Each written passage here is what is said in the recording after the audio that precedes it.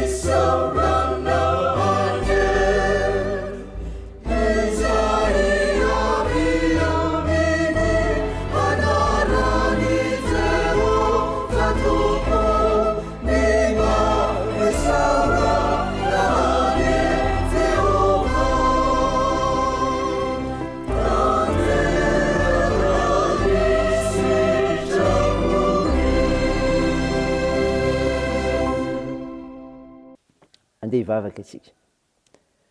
Andriamanitra manam-pahefana manasitrana ianao ka nilaza sanafitra ny tokony ataonay.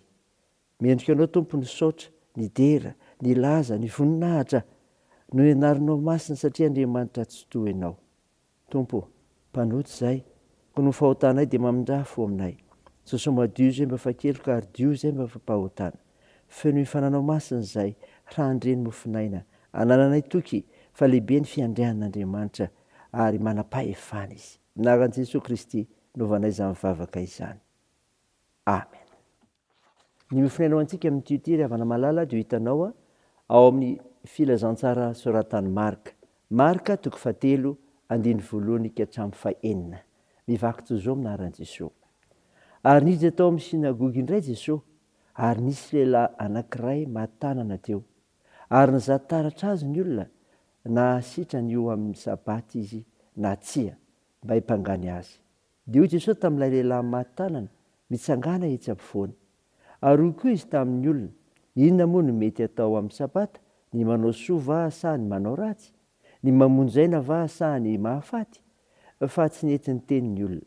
Ary noho nijerijery azy tamin'ny fahatezerana izy, sady nalahelo noho ny hamafy ny fony, dia hoy izy tamin'ireo lehilahy, ahinjiro ny tananao, dia nahinjiny ka sitrana ny tanany. Ary lasa nivoaka ny fariseo ka niaraka tamin'izay dia niray tetika tamin'ny Herodianina izy hanohitra an' Jesosy mba hahafaty azy. Amen. Ray masino, manamasinanay amin'ny fahamarinana, ny teninao ny fahamarinana. Amen. Ravana malala, ho aminao ny fiadanana avy amin'ilay Jesosy Kristy mpamonjy antsika. Mofinaina ho antsika anio ka niranaitsika teo filazantsara soratan'i Marka 7:1-9. Tantara nanasitranan'i Jesosy ilay lehilahy anankiray matanana tamin'ny sabata sy ny fahatezerin'ireo fariseo tamin'izany. Hitantara hatreto ry havana ny hoe Jesosy eo amin'ny fahefana.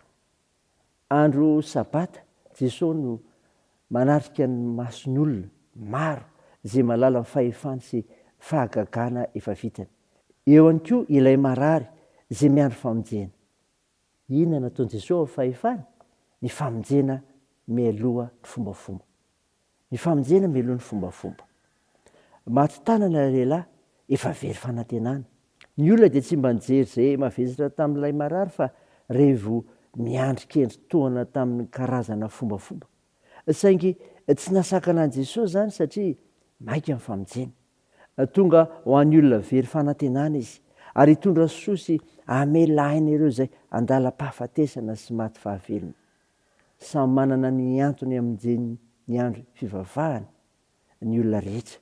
Ny an' Jesosy kosa dia nitondrana famonjena sy zarana fanantenana. Fa ny ianao kosa mba inona? Sao dia manakana ny soa sy ny famonjena ho an'ny hafa? Fanontaniana amperaka antsika izany ry havana, manao izany tenin'Andriamanitra izany. Fa Jesosy eo amin'ny fahefany koa dia izao manasitrana ny aretina, manasitrana ny aretina. Nasehon Jesosy hitan'ny olona rehetra fa nateo aza ny hamafon'ny olona sy fiheverana hafahafa teo amin'ny maro. Rehefa tiany aseho fa manana fahefanana sitrana izy dia ataony izany. Tsy niandry hevitr'olona fa tonga dia manatanteraka fanafahana, mampijoro ny ketraka. Tsy voasakan'iza ny fanasitrana noho ny fahefanananany. Azo heverina fa ny hevitr'olona maro tsy mavonjy no ambony noho Jesosy. Sainy tsara aloha ny maika famonjena aina tahaka izay nataon'i Jesosy, sa hevi-diso manakana fanavotana. Fampitretana antsika izany ry havana, manona ny fiainantsika indrindra fampoantsika an'Andriamanitra. An'Andriamanitra ny voninahitra. Amen. Andeha hivavaka isika. Andriamanitra, misaotra ny mofinaina nomenao anay izay nehoan'i Jesosy ny fahefany ka ny famonjena mialohan'ny fombafomba no ambarany ary dia manasitrana ny aretina. Tompo, vavaka aminao izay ho amin'ny firenenay. Anaiky ny fahefanao mamelona sy atahotra anao Andriamanitra. Mivavaka aminao izay andreo marary, fa io manokana ireo Jesosy sitrana anio fahefanao manasitrana atoany koa ny tontolo fahasalamana Tompo. Ampinoninao ireo manamanjo, toanareo mareo fisikolona sy ireo sahirana, tsonjovinao ireo ny mpigadrana, atao ny fiazakazanay, ny asa fivelomana, ny fikasana, ny fianarana eo ambany fitahianao. Mivavaka ahy dia ataony amin'ny anaran'i Jesosy Kristy mpamonjy anay, izay nampiombona anay amin'ny vavaka manao hoe: rahanay eo izay ny an-danitra, ao masina anie ny anaranao, ho tonga anie ny fanjakanao, atao anie ny sitraponao, etsy an-tany ho tahaka ny an-danitra. Meo any an'io izay anona sahaza ho anay, ary mamela ny elikay tahaka ny namelanay izay meloka taminay, ary aza mitondra anay amin'ny fakapanahy, fa manafany amin'ny ratsy, fa anao ny fanjakana sy ny hery ary ny voninahitra mandrakizay. Amen. Raisa amin'ny finoana ry havana ny tsodrana tolotranao amin'ny anaran'i Jesosy Kristy.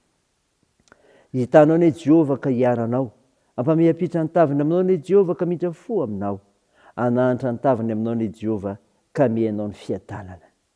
Amen. Teo an'Andriamanitra irery ny voninahitra amin'ny anaran'ny Ray sy ny Zanaka ary ny Fanahy Masina. Amen.